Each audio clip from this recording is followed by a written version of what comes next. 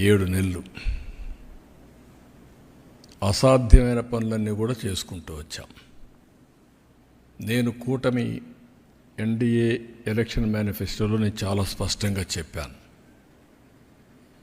ఏదైతే ఎలక్షన్ మేనిఫెస్టోలో చేసిన పనులన్నీ కూడా చెప్పిన అన్నీ కూడా ఒకటి చేసుకుంటూ వచ్చాం. అమరావతి ఏకైక రాజధానిని చెప్పాం.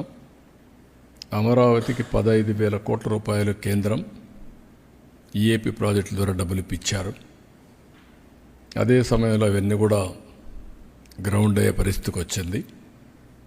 ఇంకొక పక్క పోలవరం పూర్తిగా నిర్వీర్యమైపోయినటువంటి పోలవరానికి 12,000 కోట్ల రూపాయలు డబ్బులు 12,157 కోట్లు ఇచ్చారు. రేపు మళ్ళీ దానికి డయాఫామ్ వాల్ ఫౌండేషన్ వేసే పరిస్థితికి వచ్చాం. ఏదైతే ల్యాండ్ ఇవ్వకుండా గడిచిన ప్రభుత్వం నిర్లక్ష్యం చేసిన దానికి రైల్వే జోన్ రాకుండా పోయే పరిస్థితికి వచ్చింది. వచ్చిన వెంటనే వాళ్ళకు అవసరమైన ల్యాండ్ ఇచ్చాం, క్లారిటీ ఇచ్చాం, పర్సూ చేశాం.